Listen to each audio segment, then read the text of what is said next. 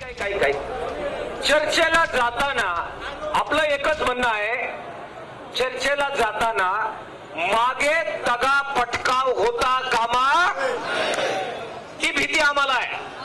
तुम्ही पांगाल, आम्ही चर्चेला गेलो दिसलो नाही, पांगाल, पांगायचं नसेल हा एक वाक्याचा असेल तर आपल्याला पुढे याच्यावर चर्चा करता येईल.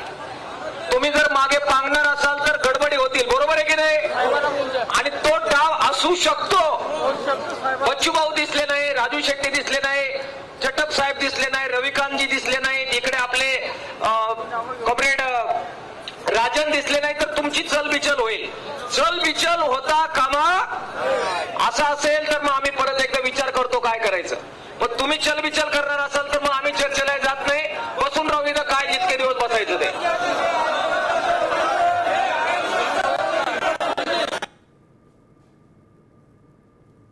शेतकरी नेते अजित नवले सध्या बोलत होते. खरं तर नागपुरात शेतकऱ्यांचं आंदोलन आहे, सगळे शेतकरी नेते त्या ठिकाणी एकत्र जमलेले आहेत आणि यावेळी अजित नवले सगळ्यांना संबोधित करत होते.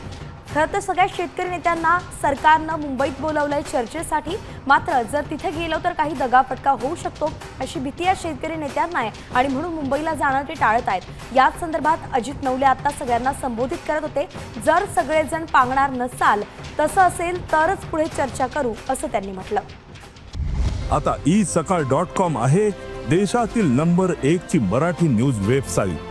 प्रत्येक अपडेटसाठी isakal.com ला नक्की भेट द्या.